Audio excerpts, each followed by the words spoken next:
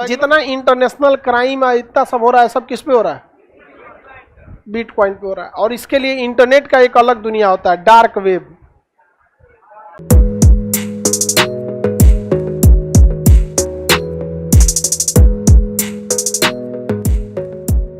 समस्या ये है, आप करेंसी यूज करेंगे तो एक लिमिट के बाद आपको अकाउंट से ही ट्रांसफर करना पड़ेगा। 50,000 से ज्यादा का सामान खरीद रहे हैं तो अकाउंट से, 2 लाख से ज्यादा आप कैश दे नहीं सकते हैं, पकड़ा जाएंगे तो जेल हो जाएगा। तो आप बड़े ट्रांजैक्शन से पहले बैंक आप पर क्या रखता है? नजर रखता है, जिस वजह से बहुत झमेला हो जाता है। इसलिए एक बहुत बड़ा दिमाग वाला आदमी था, उसका नाम था सातोशी नाकामोटो। अब वो आदमी है कि औरत किसी को पता नहीं, किस देश का है पता ही नहीं, जिंदा है कि मर गया पता ही नहीं, उसके नाम के अलावे किसी को कुछ नहीं पता। समझा गया कि नहीं आ गया? सातोशी नाकामोटो, वो अपने बारे में किसी को कुछ बताया ही नहीं। उसी को फादर ऑफ क्रिप्टो करेंसी कहा जाता है। तो अब एक चीज तो ध्यान समझ में आ गया, क्रिप्टो मनी नहीं है, करेंसी है। मनी नहीं है, क्या है? करेंसी है, यानी ये भी सिक्योर नहीं है। तो पहला चीज की क्रिप्टो करेंसी सिक्योर नहीं है। कोई भी करेंसी से सिक्योर नहीं है। कोई करेंसी सिक्योर है?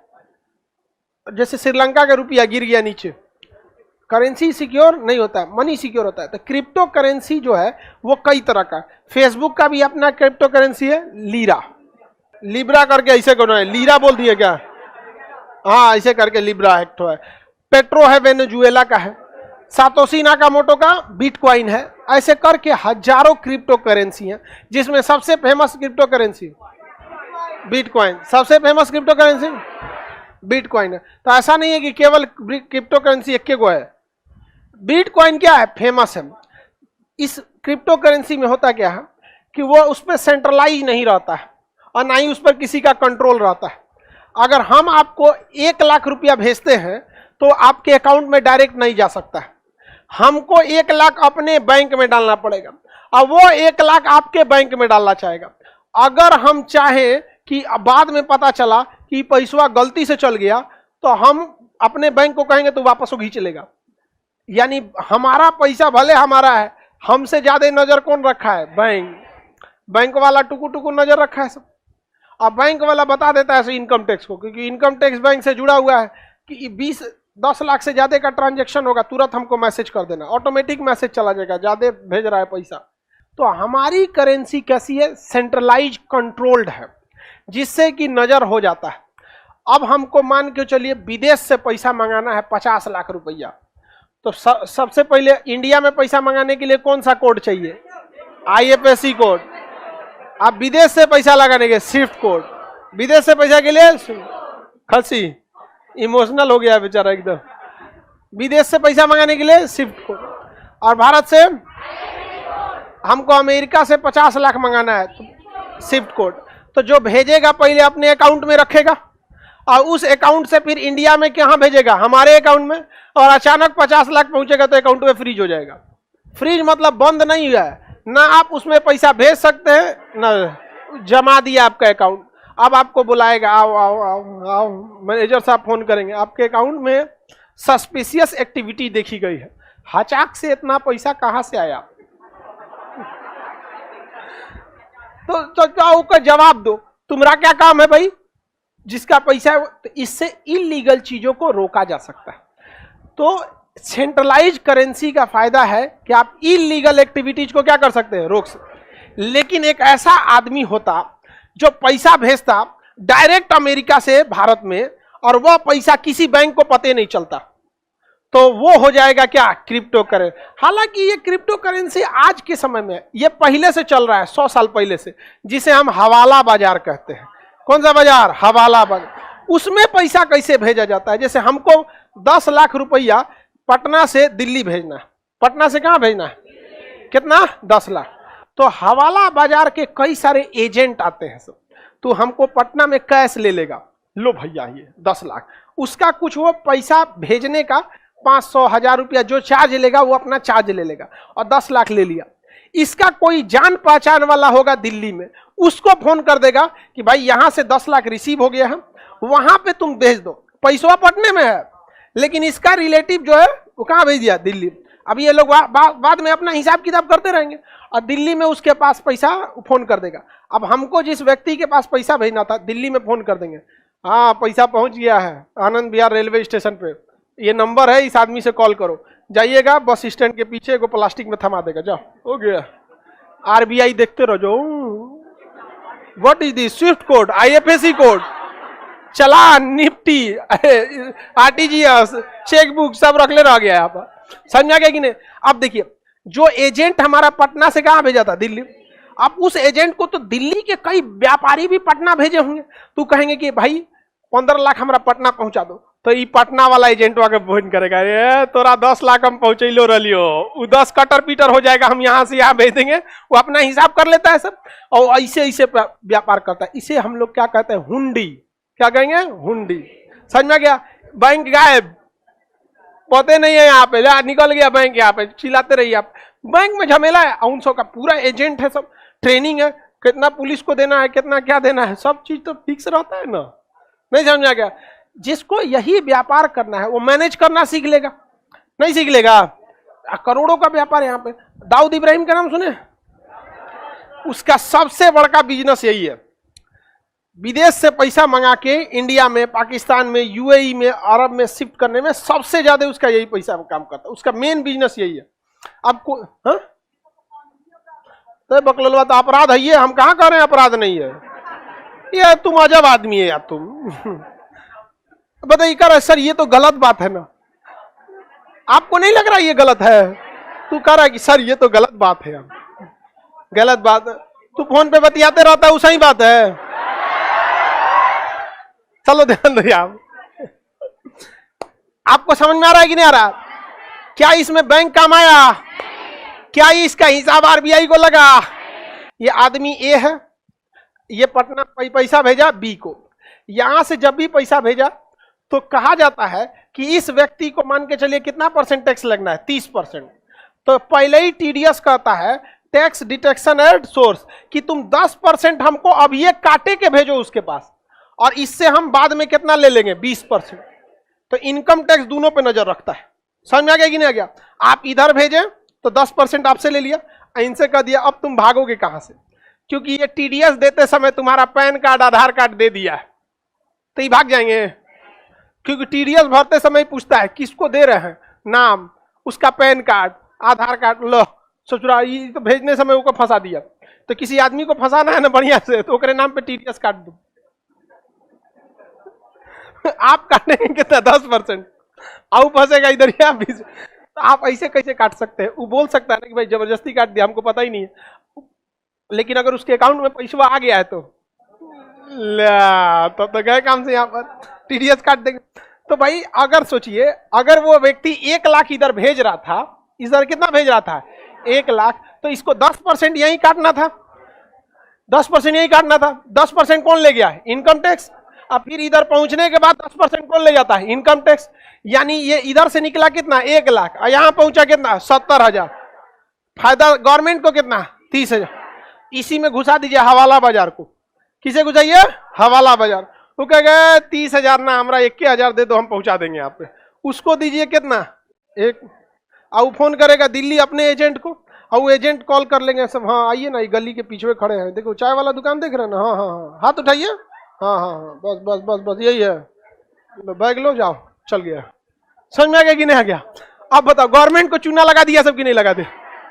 लेकिन ये कितना देर करिएगा, ये कितना देर करिएगा? बार बार आप फिजिकली जाके आना, ले जाना, पकड़ाने का डर, टाइम का लगना, टाइम लगता है वहां पे, 1-2 दिन लग जाता है वहां। दूसरा, अगर भाग गया एजेंटवा तो कुछ नहीं कर पाएंगे। अरे ये यहाँ तो कम से कम बैंक नहीं ना भाग सकती है। एजेंटवा को दिए कि 10 लाख दिल्ली पहुंचा देना, अब भाग गया लेके, तो थाना में जाएंगे कि एजेंट को दिए थे, भाग गया तो पहले हमरे पकड़ लेकर चला, आओ तेरा एजेंट को देता है यार, इकोनॉमी की ऐसी तैसी करके रख दिया है एजेंट को। तो यहाँ सबसे बड़ी की गलती होती है, भाग जाते हैं सब। तो ये बहुत पहले से चल रहा था, समझ में आ गया कि नहीं? इसी कंसेप्ट को ऑनलाइन कर दिया बिटकॉइन। सेम इसी कंसेप्ट को ऑनलाइन कौन कर दिया, बिटकॉइन। हम बिटकॉइन किसको दिए हैं पता नहीं, किसी को, घूमते रहो आरबीआई, पता ही नहीं चलेगा बिटकॉइन कहां से कहां गया। पहले मेन कंसेप्ट समझ में आ गया ना, अभी हम बिटकॉइन पे आएंगे। मेन समझ में आ गया कि नहीं? Government income tax RBI banking side करो, सीधे पैसा का इधर से उधर पहुंचा, हो गया। आप किसी को कोई दिक्कत? आगे बढ़ जाए ना। इसी को ऑनलाइन तरीका से क्या कर दिया? बिटकॉइन। क्या कर दिया? बिटकॉइन। अगर ए ने 1 लाख का बिटकॉइन एको को नहीं मिलेगा, बहुत महंगा हो गया बिटकॉइन। समझ में आ गया कि करोड़ में वैल्यू है बिटकॉइन का। हालांकि बिटकॉइन बहुत गिर गया, आधा वैल्यू गिर गया। पहले 48,000 रुपया का, 48,000 डॉलर का एक बिटकॉइन था, अभी 22,000 डॉलर का एक बिटकॉइन हो गया। डॉलर में घाटा लगा है इतना भयानक। $1 अभी 80 रुपया चल रहा है, 78 रुपया, 78 चल रहा है यहाँ पे। तो बिटकॉइन क्या होता है? क्या बिटकॉइन के लिए बैंक की जरूरत है? हाँ नहीं। आरबीआई की जरूरत है? हम किसको भेजें अपना बिटकॉइन? किसको भेजे? दूसरे को? कोई बैंक को देख पाएगा? नहीं देख पाएगा। अच्छा, हम गलती से बिटकॉइन भेजना चाहिए सुरेश को, अब भेज दिए रमेश को, वापस आएगा? हाँ, भूल जाइए। अब काहे के लिए? बैंक था ही नहीं बीच में, और उधर कौन है पता नहीं, उसको रिसीव हो गया, बस काम खत्म यहाँ पर। जैसे हम हवाला बाजार से भेजे दिल्ली में पैसा कि आनंद विहार रेलवे स्टेशन पे दे देना किसी को, और दूसरे को थमा दिया और लेके चल गया, क्या दोबारा मिलेगा? खत्म, भूल जाइए यहाँ पे। तो सब अपना कोड तमाता है सब। इसका एक तो एग्जाम्पल आप पुष्पा मूवी में देखिएगा, एक नोट फाड़ के देता है सब। समझ में आएगी नहीं? आ गया तो नोट फाड़ लेगा सब, तो आधा टुकड़ा इसके पास, आधा टुकड़ा उसके पास, मैच कर गया तो हो गया। आजकल फोन के जमाना में ना वो नहीं लगाया जाता, नोटवा फाड़ा नहीं जाता है। समझ में आ गया कि नहीं आ गया? वो 10 का नोट इधर देखो फोटो खींच के भेज देगा, और वही नंबर का उसके पास भी रह जाएगा। मतलब एक कोई ना कोई मैचिंग रहना चाहिए। अब तो फोन नंबर आ गया है, मैच करने की जरूरत क्या है? फोन नंबर है, बात कर लेना, वो कंफर्म कर लेना, हाँ इन्हीं का आदमी है, दे दो यार। बिटकॉइन में यही है कि आप यहां से पैसा अमेरिका भेजिए, जापान भेजिए, कोई स्विफ्ट कोड की जरूरत नहीं है, कोई आईएफएससी कोड की जरूरत नहीं है, सीधे इसके बिटकॉइन से दूसरे के बिटकॉइन में चला जाएगा। बीच में सरकार मुंह देखते रह जाएगी। समझ में आएगी कि नहीं? अब इसमें सरकार बस एक जगह पकड़ सकती है। कब पकड़ सकती है? समझिए ध्यान से। हम जब 10 लाख रुपए का बिटकॉइन खरीदेंगे तो उसी समय सरकार पकड़ लेगी कि बिटकॉइन जब खरीदेंगे तो अपने अकाउंट से पैसा निकालेंगे और बिटकॉइन बेचने वाली कंपनी को देंगे। तो सरकार को बस इतने पता है कि ये आदमी ने 10 लाख का बिटकॉइन खरीदा था। अभी बताइए 10 लाख की आज हम जमीन खरीद ले तो 1 साल बाद क्या वो जमीन 10 लाख की रहेगी?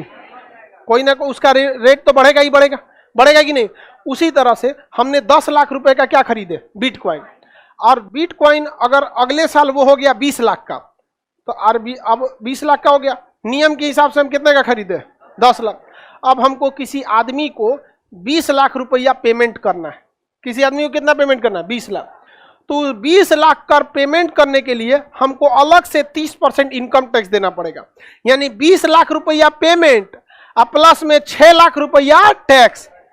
समझ रहे हैं कि नहीं समझ रहे जी? 30% टैक्स नहीं दीजिएगा तो हमको किसी को 20 लाख रुपया क्या देना है? पेमेंट देना है।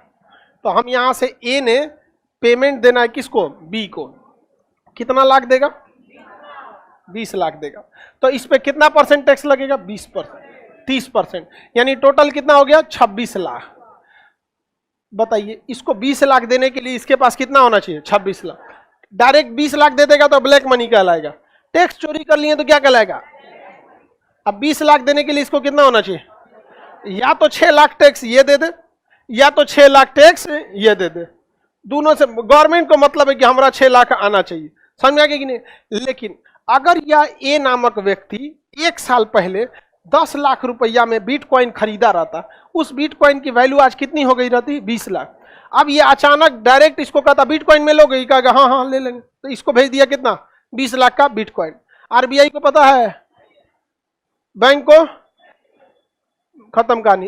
इसका बिटकॉइन कट गया, उसका बिटकॉइन रिसीव हो गया, पेमेंट हो गया, जा चल दिए यहाँ पर, पता ही नहीं किसी को। तो क्या बिटकॉइन पे कोई कंट्रोल है?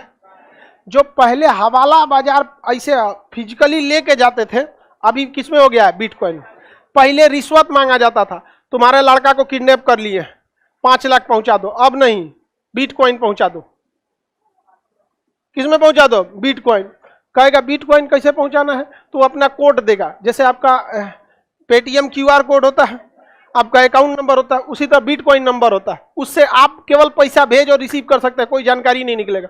उसमें मंगा लेगा बिटकॉइन, आपका छोड़ देगा। तो अब किडनैपिंग लड़का उड़का नहीं, कोई आपका सामान किडनैप, जरूरी चीज किडनैप कर लेता है। जैसे यूट्यूब चैनल, समझ में गया? जिसका भी यूट्यूब चैनल हैक होगा, ये दूसरा बिटकॉइन वाला करता है सब। जितना देखिएगा 90% बिट जो यूट्यूब चैनल हैक होगा, अब यूट्यूब चैनल हैक कर लिया, अब कहेगा बिटकॉइन दो। अब ये बताइए, हम अगर बिटकॉइन ट्रांसफर किए तो किस में गया, कोई पता कर सकता है? कोई पता नहीं कर सकते किस में गया। वहां पे फिरौती ले लिया, वहां पर बिटकॉइन पता ही नहीं। तो बिटकॉइन में सबसे अच्छी बात यह है कि वो सेंट्रलाइज कंट्रोल नहीं होती है, और खराब बात यह है कि क्राइम करने के लिए सबसे बेस्ट करेंसी कौन है? बिटकॉइन, मतलब क्रिप्टो करेंसी। कौन सी करेंसी? क्रिप्टो। सबसे फेमस क्रिप्टो करेंसी बिटकॉइन, सबसे फेमस बिटकॉइन है। अच्छा ये बताइए, अगर हमने किसी को भेजा 20 लाख का बिटकॉइन और वो कह रहा है कि नहीं मिला हमको, तब चला गया। सुनिए ध्यान से, पूरी दुनिया में America, Canada, Britain, France, Australia, पूरी दुनिया में हर जगह माइनिंग लगी हुई है, मशीनें लगी हुई है, कंप्यूटर। अगर हम करोड़ों कंप्यूटर लगे हैं, हम एक बिटकॉइन किसी में ट्रांसफर करेंगे ना, तो उन करोड़ों कंप्यूटर में ये सेव हो जाएगा कि इसमें से इसमें पैसा गया है।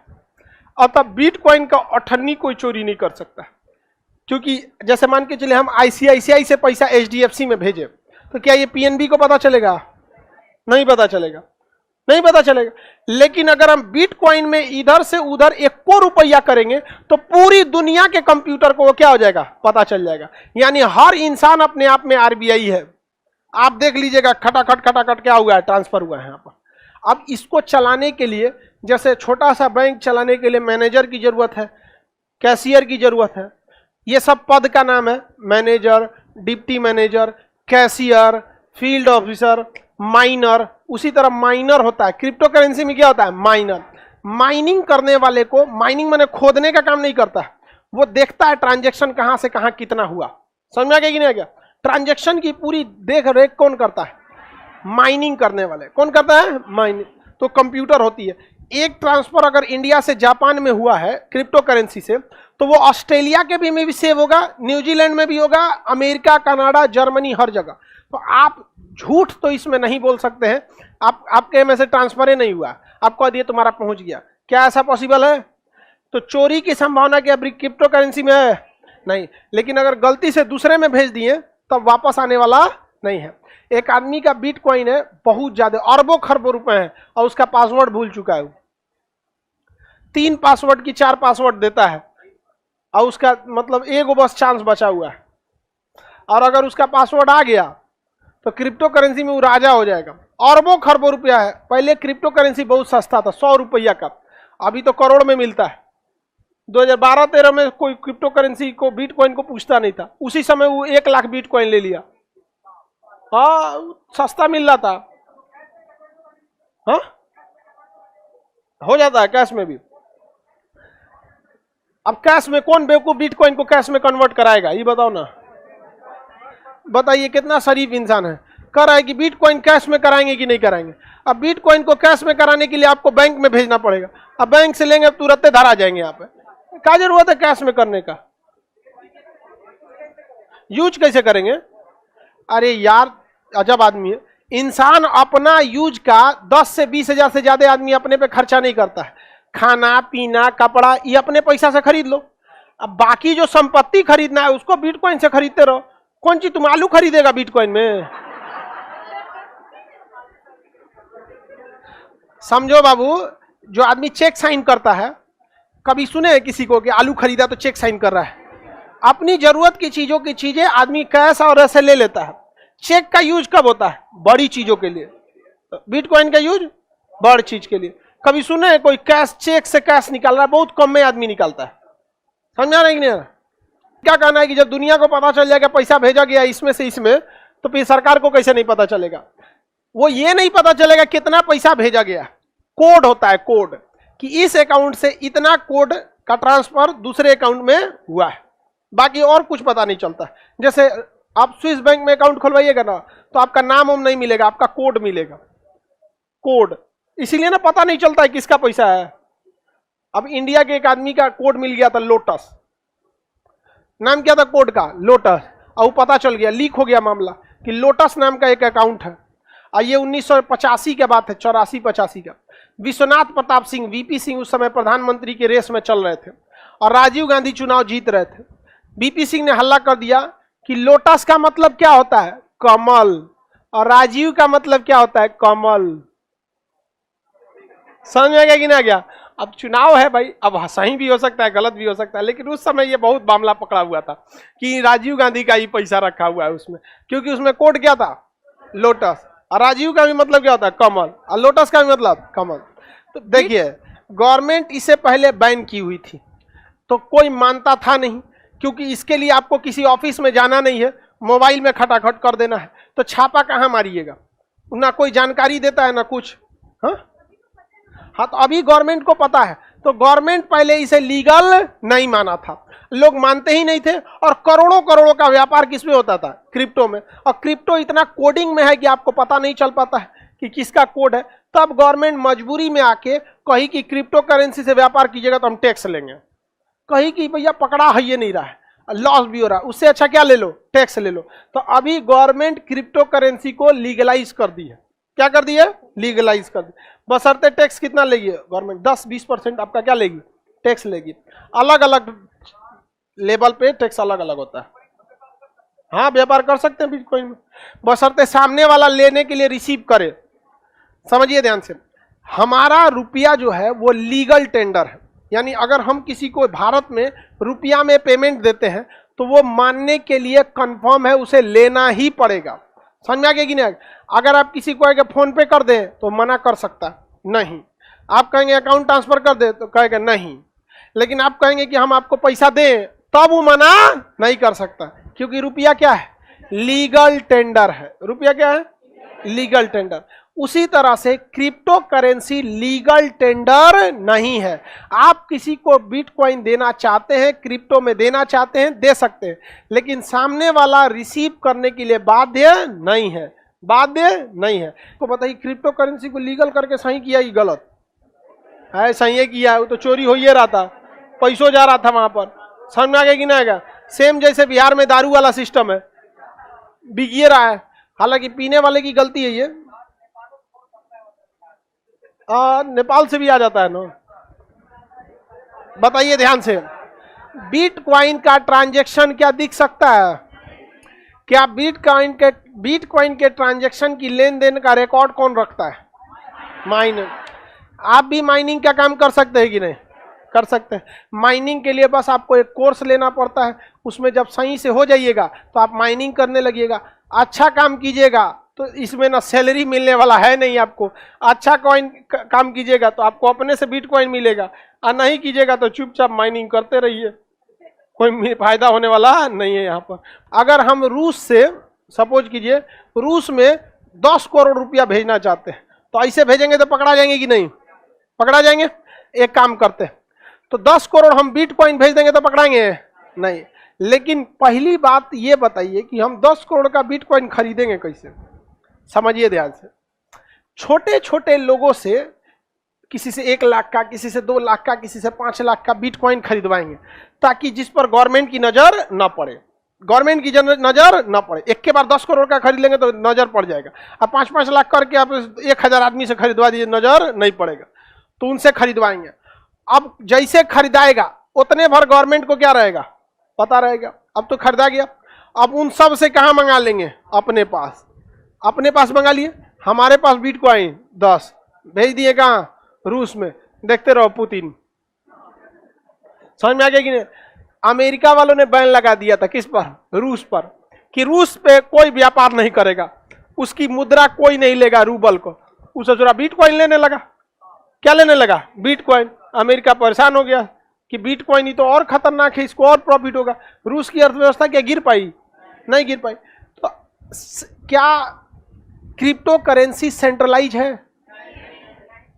बिटकॉइन खरीदेंगे कैसे? ऑनलाइन आप खरीद सकते हैं, लेकिन जहां ज्यादा खरीदेंगे आप पे सरकार नजर रख लेगी। उसका भी तरीका बताएं आपको, इधर उधर से खरीद के मंगा लीजिए अपने पे। आप मंगाने के बाद आप पे नजर रखना पॉसिबल नहीं है, फिर किसका माइनिंग वाइनिंग का काम होता है, पता सब चल जाएगा।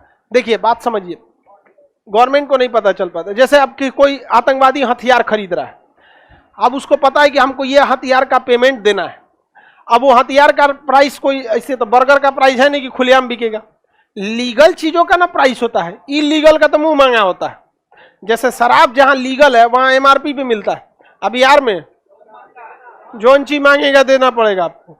अब कोनो को एकदम पीने का एकदम अब मूड बना लिया है, उससे 500 ज्यादा भी मांगेंगे तो देगा। तो इलीगल चीजों का प्राइस नहीं होता। जो व्यापारी है, जो खरीदार है, अपना इंटरनेट पे दाम फिक्स कर लिए और टैक्स बचाने के लिए पेमेंट किससे कर देंगे? बिटकॉइन से। ये बहुत बड़ा चेंज चल रहा है। जितना इंटरनेशनल क्राइम है, इतना सब हो रहा है, सब किस पे हो रहा है? बिटकॉइन पे हो रहा है। और इसके लिए इंटरनेट का एक अलग दुनिया होता है, डार्क वेब। समझ में आ गया कि गूगल का 3 दुनिया। एक नॉर्मल गूगल आप यूज करते हैं, एक इनकॉग्निटो जो आपको बताए थे, देखे थे ना इनकॉग्निटो। यहां पे क्लिक किए, इनकॉग्निटो काला हो गया है। क्या सर्च करेंगे, कोई रिकॉर्ड नहीं बचेगा, कोई रिकॉर्ड नहीं बचेगा, ना हिस्ट्री बचेगा, ना ये पता चलेगा कि किसने किया है। बात समझिए। यहां देखिए, यहां पे अभी क्या लिख रहा है? इनकॉग्निटो।